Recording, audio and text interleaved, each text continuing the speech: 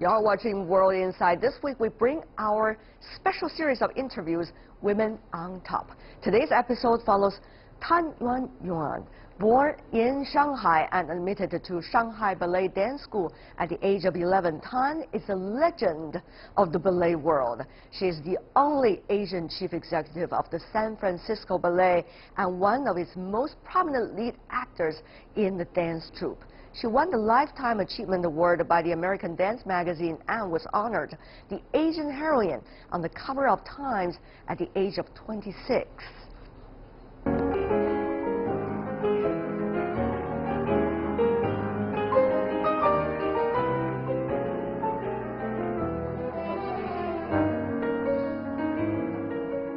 A legend of the ballet world. From a talented girl to a ballet queen, Tan Yuan Yuan spent decades earning international awards and made the world behold this exquisite oriental face.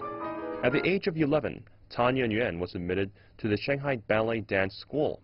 While her father disapproved of her choice, her mother encouraged her to pursue her talent. So, they tossed a coin to decide her fate. The result was yes. But Tan began to learn dancing nearly a year later than her peers. This prompted self-doubt to the point she thought she was an ugly duckling. The ugly duckling eventually became a white swan. Through her hard work, at the age of 14, Tan won the first international prize in Finland, and 1 year later, she won the gold medal at the 5th International Ballet Competition in Paris. When most 18-year-old girls are still unaware of their true calling, Tan Yuan Yuan, who studied at the Ballet Academy of Dance in Stuttgart, Germany, had already received the stunning invitation from the San Francisco Ballet. In only 3 years, Tan Yuan Yuan jumped from the solo dancer to the principal dancer. For nearly 30 years, she used her youth to perform almost all of the classic ballets. She is a well-deserved ballet queen. Even though she is 40 years old, she is still 100% full of passion on stage. She is not only a dancer, but also an international artist who made contributions to cultural exchange and exposed the world to Chinese ballet.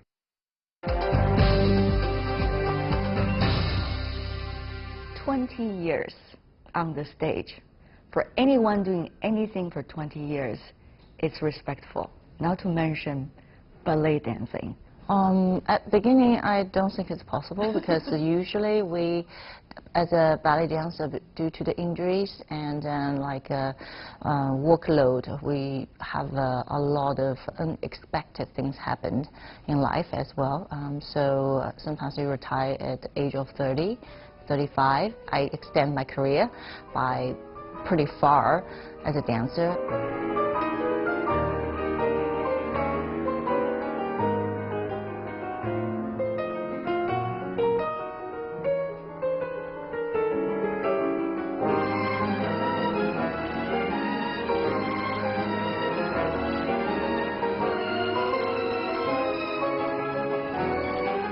Is it possible still to challenge always yourself? For me, sometimes it's very tiring and I want to get some rest or just doing a little bit less. But somehow when I showed up in the studio and I start practice and I can't go backwards, I have to just go forward. All the way? All the way. And on stage I put 120, not 100. Sometimes I just felt, why are you doing this to yourself? Exactly. But it just happens naturally. Even though I want to hold back to do a little bit less, then it's impossible for me to do so because I really get used to the intensity and 120 for over 22 years. I remember in an interview you were saying, well, it's been 20 years. I feel so lucky that my body is still responding to me. On a daily basis, at the beginning, when I wake up, I just check where it's feel pain, and then sometimes it got like a very stiff joint and a sore neck, sore muscles. What do you do with this? Well, I just go to the studio and warm up, take a very hot shower to let the muscle relax a little bit, and I do some kind of exercise to warm up the muscles and the joint. And but you sometimes have to dance through the pain. When you're young, recovery time is shorter. But when you're getting older and then have more intensive workload, then you probably recover much slower than when you're young. So actually, it's always a mixture of both pleasure. It's something that you really like, you really enjoy, and you shine in it, and also pain at the same time. Always a mixture. It's always a mixture, and it's beautiful suffering. The competition, just to think about it, on the ballet stage is fierceful. Yes. You've been there 22 years. Every year there are new dancers, very talented, very physically challenging, could be on the stage. And every time they could be coming with an extra portion of different cultures. So how do you look at that situation? And at the same time, how do you grow all the way, even though you are extremely successful already? When I was young, I faced the same thing. And you're still young, my dear. Let me tell you about this. Well, yeah. When I'm younger, when I first time joined the company, I was the youngest soloist of the company, San Francisco Ballet Company history. How old were you then? I was 17. Wow. And 17 and a half. And I got promoted when I was 19, become the youngest Chinese ballerina ever happened, like in the history of ballet world, is the youngest principal. Indeed. Yes. So that load of jealousy is amazing. I was there without speak any English, and I had to face that. So at the beginning, I was very upset, and I was like, why they treat me like this? And then I realized this is like the real world. It's not part of the game. The part of the game. If you're good, but just believe yourself. And then I called my parents, and I was like, oh my God, I want to come back because this is really difficult for me to be here. At the time, your parents were in Shanghai? Yeah, it was still in Shanghai. In Shanghai, yeah. But my mom told me just like do the best that you can, and then everything else will be solved. So I did it. What she said, it works. So I just like really just home and the studio, stage, back home. So that's my routine. And then that's for 5 years. I don't really have a lot of friends, especially in company, but I think they noticed my talent, and also, of course, the director gave me a lot of opportunities. So I conquered every single one.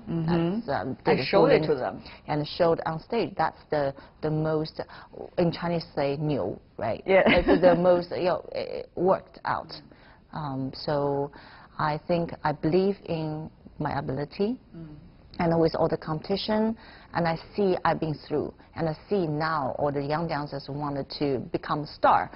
It will take time, but when on this very rocky road, you have to be mentally strong. Right. You do have to, not just like few performances, but all the way from the studio. Even when you change your clothes, in the dressing room, you have the mindset, okay, this is a new start. It's kind of like meditation at the beginning. So like, okay, I changed this outfit. I am a ballerina now, and I needed to work the best that I can. Every single step, every single minute, make it very important. How did you manage to find your style? You know, I'm sure through a lot of hard work, people get better technically. But the style thing and the spirit of a dance artist is very hard to find. How did you, when was the moment for you to realize, that's probably it? I think the first feelings when I was 15 in Finland, Helsinki competition. At that time, I was only 15, and that was the first experience that I was traveling abroad, like foreign country, and see a lot of foreign dancers. And I was like, wow, ballet can be like this. Because when I was in the school, I was very shallow, just to do what the teacher tell me to do. Only the classics, right? Only the classics.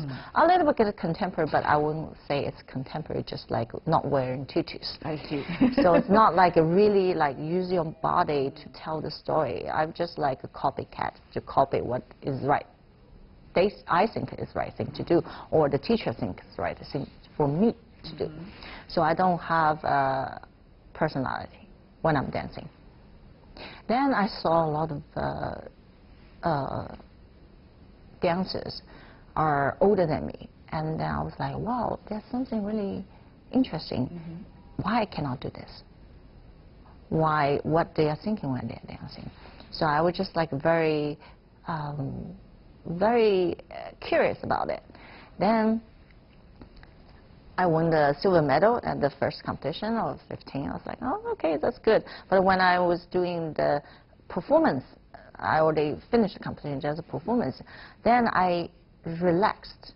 I was like, oh, maybe I can just like do a little bit softer here and there and just listen to the music. That moment, I think, opened my mind.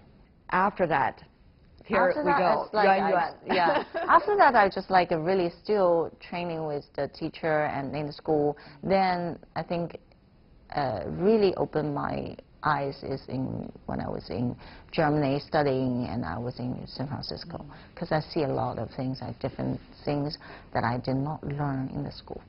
So seeing it, going there, experience it, does help tremendously. Oh, I have to say, if I didn't do that, I won't be dancing like that way.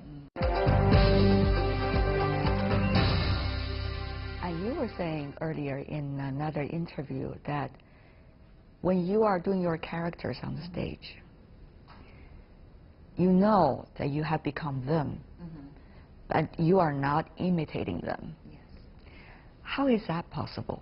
I mean, as we women grow, we seem to be much more enriched by our lives and experiences. And I guess for dance artists like you, it's particularly true.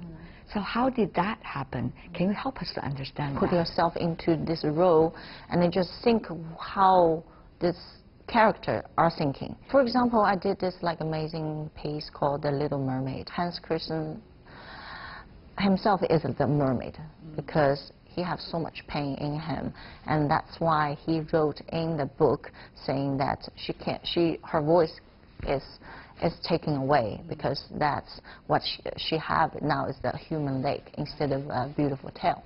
So she cannot speak. It's like a lot of things that Hans Christian Andersen cannot tell the world, that he's gay, that he's in love with the young master. So that's why he wrote this story, that Little Mermaid is him. So what if I'm him in Little Mermaid? How I feel, like the pain you cannot express, but the pain is in here. So what your body language should do, it's not like this is happy, and you have to be like really tight, and then it's not angry but suffering. So in this way that your body language completely changed, and then ballet cannot talk, so that's only it's our tool, and it's a very powerful tool. Exactly. To tell the story with the music itself.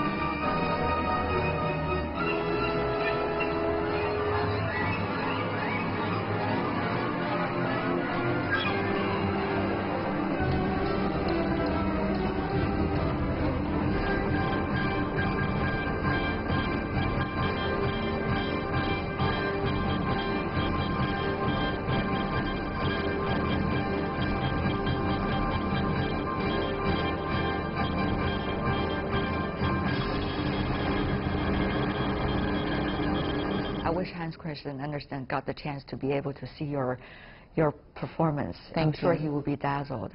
The other hand, Giselle. Yeah. Very dramatic story. Very dramatic. And personality goes ups and down with the story. Well, I have to say, Giselle also one of my favorites. It's a lot of work. Yes, one of my favorite role. It's not only because technically it's very difficult. You have to be precisely with difficult variations, solos, and then part of this. But for me, to create Giselle, every year when I get older, it's more interesting because... Tell me about it. It's not so difficult to become innocent like a country girl, right? But the difficulty is transition when she found out that she got cheated from the Prince Albert, and then she get mad. And she already have very heart condition, like in the beginning. But how she felt it, and she felt betrayed, and how angry she is, and how upset she is, and then triggers the madness, and then there's a scene, it's mad scene. It's very interesting, because you only have this certain music, only very little time to express her pain, and then, how to say, this is like end of the world. That's right. For a young girl, and how she is really heartbroken, but at the end, she still reached out to him because she still loves him deeply. And that transformation, stage by stage. Yes, yes. So it's very detailed, but you have to really do a lot of behind-the-scenes like work on your own, and then to be in the studio alone, to know a little, even to get to the details of little fingers, how your hands gesture, like if you cover your mouth like this, it's not like, so you have to cover the mouth a little bit, like you can see that it's a little bit of things that make it huge difference. Huge difference. Yeah. Were you always in the studio thinking about those details by yourself? Yeah. I feel more comfortable instead of people telling me to do so. Or the coach can be like working, I was like, oh, this is nice, but maybe if you do a little bit of this, it will look better. So I will take the advice and then work on that. I was like, okay, this will work. Or every time I doing things slightly different. Right. So that's why my Giselle, like I think 2 years ago in the National Performing Arts Center, that was, it was a huge success. I think it was magical. I have to say that probably my best Giselle ever. That day I was just open myself and just let things happen. I felt I'm really light as a feather, and there's no weight on my shoes. I just like flying across stage. So I think this feelings you really can't happen all the time. If there's once, and that's already a miracle. And I'm very glad that the miracle happened here in Beijing. It's already a blessing, isn't it? And still today, people are talking about that performance, Yuan Yuan. Really? Yes, really? Okay. They are. And they were remembering very well the 20th anniversary, both of the San Francisco Ballet and also your performance in China. People here are just extremely proud of this Chinese ballerina called Yuan Yuan, who eventually becomes such a world-renowned, dance artist. But there are many other Chinese girls that are learning ballet or try to be on the international stage in different art forms. Do you have some advice for them? I mean, your days are much more difficult because you've never seen the outside world. But of course, today's China is different. But I guess there's something that has to be consistent and would be helpful to them. I feel I was not really polluted by outside the world. I'm That's kind of like I kind of just like be myself. I'm very happy just stay home doing like watch movie, relax my body, and the next day think about what I should work on for the programs and then steps. And for a dancer, you have to take care of yourself. You cannot go out clubbing party too much because it will affect your performance or your training. Be on the top.